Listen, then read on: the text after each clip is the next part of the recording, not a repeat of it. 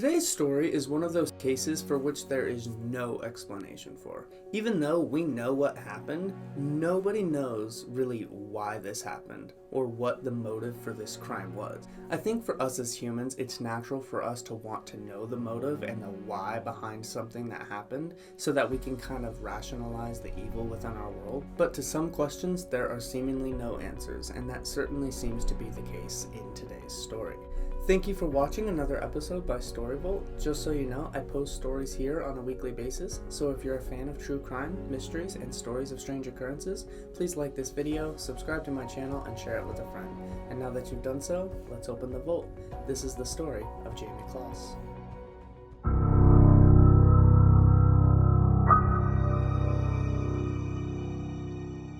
Jayme was born in 2005 into a loving household. She was the only child of James and Denise Closs, who were both very loving and supportive parents who only wanted the best for their daughter. James worked an honest, hard-working career at Genital, which is a software development company which operates worldwide. This job provided James and his family with a very stable and comfortable life in the small town of Baran in the state of Wisconsin. Though James and Denise did very well financially, they didn't spend an exorbitant amount of money on toys or vacations or things of that nature. Instead, the Closs family enjoyed a simple life focused mostly around family, friends, and activities within their local community. In 2018, when Jayme was 13, she had all of the excitement and ambition that you would expect from a teenage girl. She rode the bus to school every day and spent as much time as she could with her friends. But in one fateful day in October, while Jayme was getting off of the school bus near her house, she was being watched by a man parked in the car behind the school bus. This man just watched Jayme get off of the bus, put her backpack over her shoulder, and began walking down the road. The man stayed behind a little while after the bus had gone forward so he could take note of what house Jayme went into. Once Jayme went inside, the man didn't do anything. He just took note of her address and then he just drove away. Now this man was named Jake Patterson, and in order to explain what he was doing there, I need to shift the focus of the story for just a minute. He was the youngest of 3 children, and like Jayme, he was born into a very loving and supportive household. His parents, Patrick and Deborah Patterson, did divorce when James was about 10 years old, and the two of them ended up with a 50-50 custody arrangement, so Jake would spend half of the time with his mother and the other half of his time with his father while he was growing up. Jake was always very quiet and reserved. He would talk with you and have a conversation with you if you were to approach him, but he was not very comfortable engaging in social situations and meeting new people. He preferred to spend most of his time either alone or with a few of his close friends, rather than hanging out in larger groups. In 2018, Jake was living alone in a house located in the small town of Gordon, which is about 70 miles away from the town of Barron, where Jayme lived. After high school, he had tried to join the Marine Corps, but he had been thrown out of basic training after only 5 weeks. He was technically unemployed at this time, but he was able to keep up with his expenses by picking up odd jobs around town and picking up temporary assignments from a temp agency in his area. On October 5th, 2018, Jake left his house in Gordon to go start his first day of work at a cheese factory in the town of Barron. As he was driving down the road, he had to slow to a stop because he was following a school bus at that time, and the school bus was pulling off to the side of the road to stop and let out students. At this particular stop, Jake stopped behind the school bus, and he looked and he saw a young girl getting off of the school bus. He watched as this girl put on her backpack and then walked away from the bus stop down towards her house. As Jake sat in his parked car taking note of where Jayme lived, he thought to himself, you know what? There she is. That's the girl I'm gonna take. And that girl was, of course, Jayme Closs. So Jake just took note of Jayme's address and then he drove off in his car to go start his temporary assignment at the cheese factory. Over the next couple weeks, Jake proceeded to make rigorous plans of how he was going to abduct this girl. He had long fantasized about what it would be like to take a young girl, but he had never really seriously considered it until now.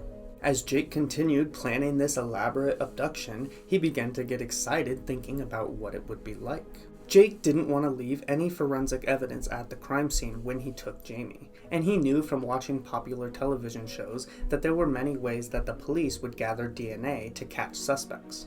So Jake was taking every precaution. He got boots, he got gloves, he got long sleeve shirts to make sure he wasn't leaving any sweat behind, and then he actually completely shaved his head to make sure that he wasn't leaving any hair samples behind. And then, after about a week or so, Jake was ready.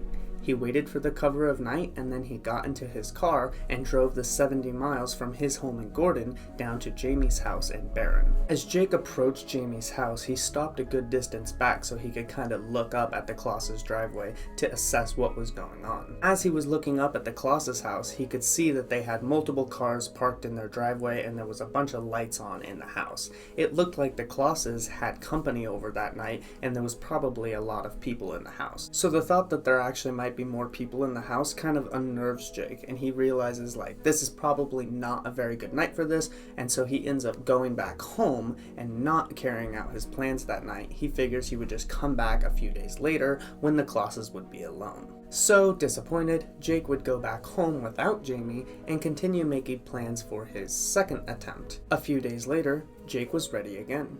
He collected his kidnapping kit, put everything in his car to make sure that he wouldn't leave any forensic evidence behind, and once again, Jake would make the 70-mile drive from his house in Gordon, Wisconsin, down to Jayme's house in Barron. Once again, Jake would park a little bit away from the Closses' house and look up at their driveway to see what was going on. This time, the home looked dark and there was not very many cars in the parking lot, so it did look like the Closses were alone. But as Jake sat in the car thinking about what he was going to do, his hands began shaking and his heart was beating faster and faster, and he could feel himself actually starting to sweat thinking about what he was about to do. After a few minutes of Jake sitting in the car like this, he started to psych himself out in his head, and he couldn't actually bring himself to get out of the car and go into the Closses' house. So once again, Jake would end up going home without Jayme. When Jake got home that night, he was annoyed with himself, feeling like he had kind of chickened out. He had planned this elaborate abduction, thinking about all the things he was going to do and how he was going to do it, but when it actually came down to it, he couldn't bring himself to take Jayme. So Jake just kind of thought to himself, okay, this is ridiculous. If you don't do it, you're going to drive yourself crazy thinking about it. So the next day, on October 15th, 2018, Jake decides, okay, no matter what, today is the day I'm going to take that girl. That night, once again, Jake packs up all of the things that he's going to need for the abduction, and then he makes that 70-mile drive from his house down to the Closs family home. Meanwhile, the Closs family were enjoying a quiet evening. It had been a busy Monday with Jayme going to school and James going to work, so they were happy to settle in for a quiet family dinner and an early night's sleep. At some point in the night, however, Jayme wakes up because she hears a car pulling into their driveway. She looks out of her bedroom window and she does see that there is in fact a car coming up into their house, so she goes and she wakes up her parents and says, "There's somebody here." Jayme's parents get out of bed, and James goes to the window, and he looks out and he sees the car, which was now parked in the driveway, and he sees a man who had just gotten out of the car and was now walking up to their front door. Because it was the middle of the night, James couldn't see a clear picture of what the guy looked like coming to their house, but he figured it must either be a police officer or potentially a home invader, because who else would be coming to their house unannounced at this time of night? When the knock on the door came, James didn't open it. Instead, he peered through a small window which was at the top of the door so he could see out at the man, and before he opened the door, he said, "Show me your badge." But at the same time as Jake was peering through that window in the door, the man on the other side, who was Jake Patterson, raised up a shotgun right to the window where Jake was peering out, and he fired a shot directly through the glass into James's head, which killed him instantly. As soon as Jayme and her mother heard the sound of a shotgun firing, they knew that something was incredibly wrong and they were petrified with fear. As soon as James had crumpled on the ground, they could hear the sounds of the man on the other side trying to kick down the front door so he could get inside. So they went into the bathroom and shut and locked the door, and then they barricaded the door shut with a dresser that had been in the bathroom, and then they just climbed into the bathtub and tried to remain quiet, thinking that perhaps this was just a home invasion and the guy would come into the house, take some stuff, and then leave. As Jayme and Deborah huddle in the bathtub trying to remain quiet, Deborah quietly pulls out her phone and she calls 911, telling them, "There's somebody trying to break into my house right now. Please come as quickly as possible." After a minute or so of trying to break down the door, Jake realized that he probably wasn't going to get in this way, so he took his shotgun and he fired another shot into the doorknob, and that allowed the door to swing wide open. As Jake is going through the house, he sees that virtually every door is open except for one, and of course that would be the bathroom where Jayme and Deborah were hiding. So Jake approached this bathroom door, and then he methodically started to try to kick the door down, and he also started to hit the top of the door with his shotgun, trying to break into the bathroom. Meanwhile, Deborah and Jayme are just cowering in the bathtub, trying not to make any sound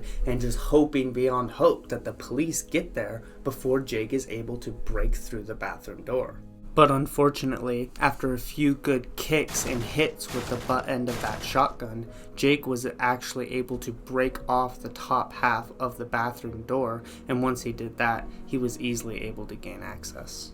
Once Jake was through the bathroom door, he walks across the room and he opens the shower curtain where Jayme and Deborah are just sitting in the bathtub holding each other. At this point, Jake didn't think twice about what he was going to do. He had come way too far at this point to think about turning back now, so he just looked at Jayme, and then he looked at Deborah, and then he raised his shotgun and put it about 3 inches away from Deborah's head. And then right in front of Jayme, Jake pulled the trigger, killing her mother instantly.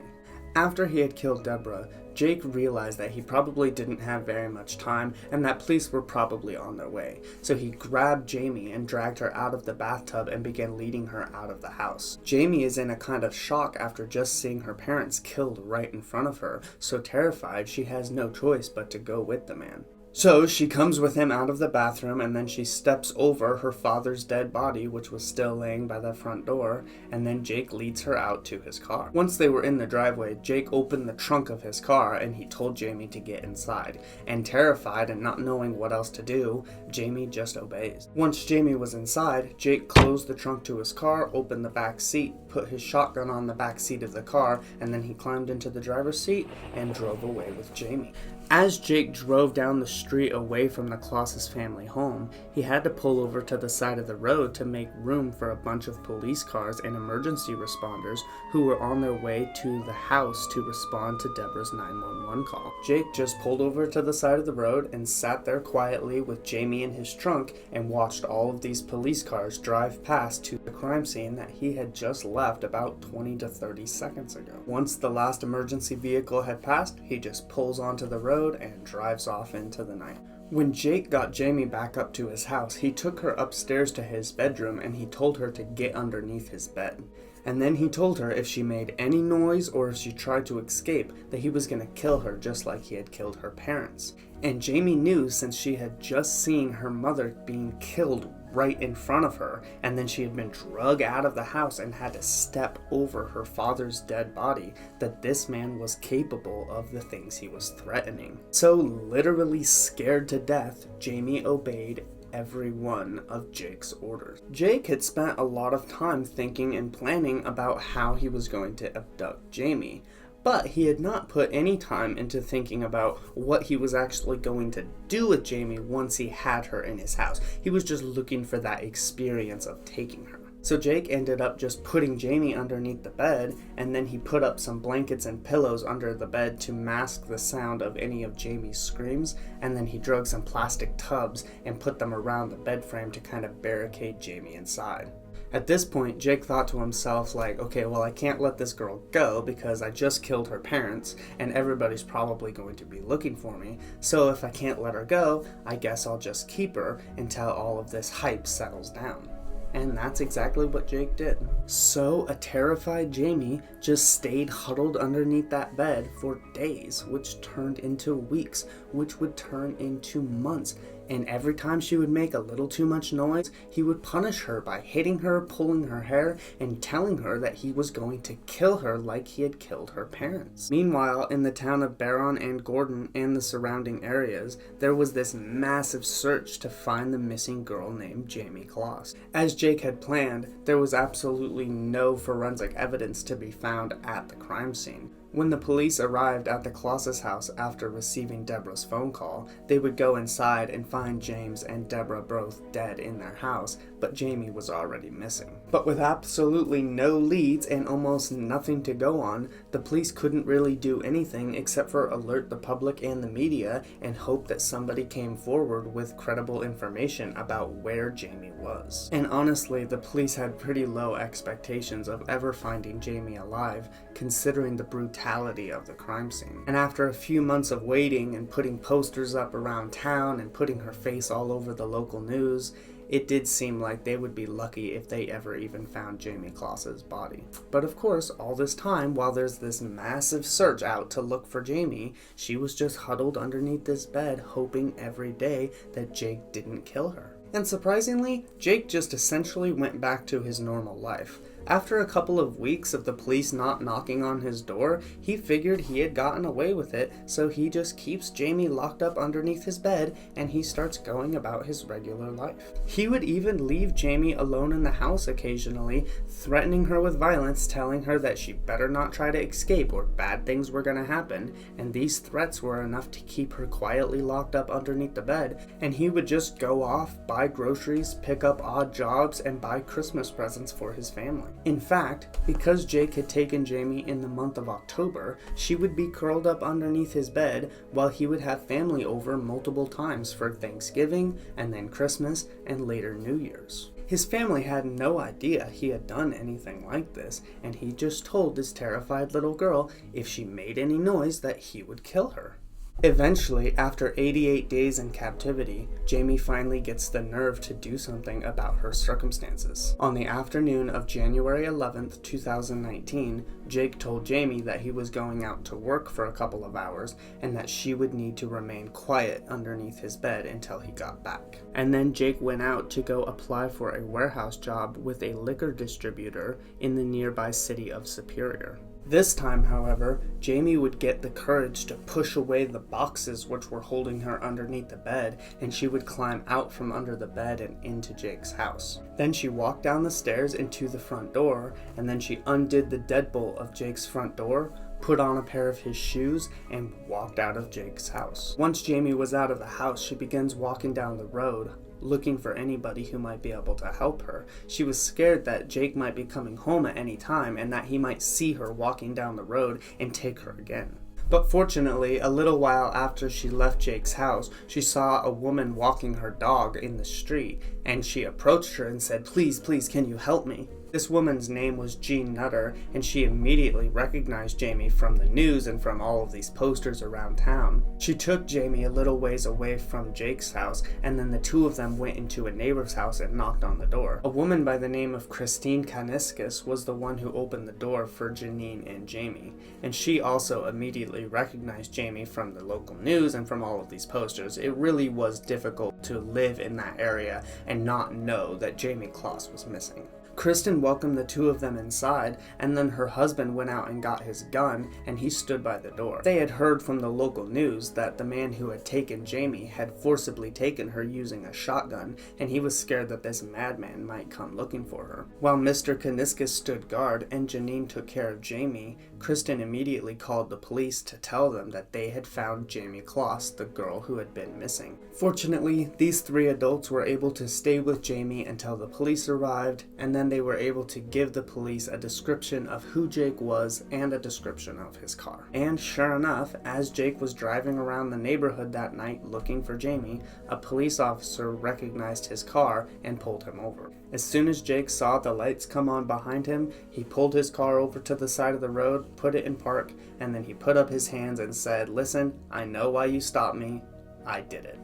Jake Patterson would go on to give a full confession detailing every aspect of this crime. He told police everything he did and how he did it, but even Jake was unable to describe exactly why he had done it. This was the first crime that Jake had ever committed, and even he didn't really know why he did it. He told police that he didn't know why he did it, he just kind of felt like he had to do it, and so he did it. Jake would ultimately be sentenced to 2 life sentences for the murders of James and Deborah Closs, and then a judge would add an additional 40 years for the kidnapping and holding of Jayme Closs. After his sentencing, Jake sent Jayme a letter from jail saying, "I know it doesn't mean anything, but I'm sorry for what I did. I'm not a serial killer. I never thought I would go on to hurt anybody. I can't believe what I did, and I don't even know why I did it. Really, it was just an impulse." If you're interested in reading a full transcript of Jake's letter to Jayme, I'll go ahead and include that at the bottom of the description of this video. Guys, thank you for tuning in to another episode by Storyvolt. As always, let me know what you thought of this case down in the comments below. Do you guys think that Jake Patterson was truly remorseful for the horrific crimes he committed, or was he just writing this letter and apologizing in court to try to gain a little bit of sympathy? The state of Wisconsin is one of the 12 states in the US that does not have the death penalty, so Jake did get the maximum sentence for the crimes he committed, and he didn't get a lighter sentence for any kind of remorse or cooperation. Why do you guys think Jake committed this crime? Was it really just on impulse, as he said, or was there a darker side of Jake Patterson that he was able to keep completely hidden until October of 2018? Go ahead and let me know all this down in the comments. If you have any feedback or a story suggestion, go ahead and send me a direct message on any of my socials. My handle is just Noah's Storyvolt, and I will respond to all of my direct messages. I hope you enjoyed, and I'll see you next time, but until then, be safe out there.